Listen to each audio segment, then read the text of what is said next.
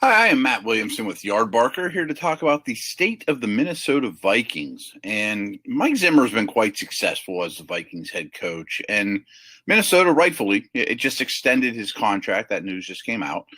This is his team without question. But there are a lot of changes with this roster over the offseason, and no one drafted more players than Minnesota this year.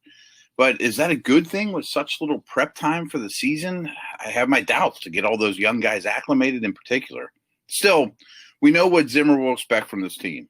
On offense, everything starts with the running game. I mean, Alexander Madison is a great young number 2 running back and insurance policy, but Dalvin Cook is really what makes this Minnesota's offense go.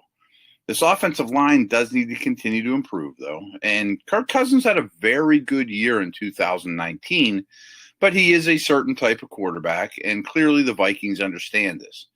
They use fewer 3 wide receiver sets than basically any offense in football, and that absolutely should continue with Stefon Diggs now in Buffalo. The wide receiver position is pretty thin. That being said, though, the Vikings could get a lot of receptions out of Cook as well as Irv Smith, who I really expect to break out in his second season. In 2019, Minnesota averaged half a yard more on offense per play than they allowed on defense, and they outscored their opponents by a whopping 104 points. The Vikings also finished with one of the best sack differentials in the NFL, and did a great job of getting ahead early in games, which is very important when considering how this team is constructed.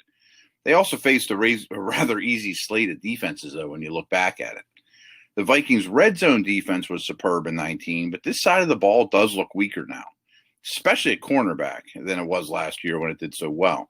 Minnesota does have star power on defense, though, without question, and Zimmer will get the most out of this side of the ball. It should also be noted that Minnesota stayed extremely healthy last year, something that's very unlikely to continue. This very well could be somewhat of a transition year for the Vikings.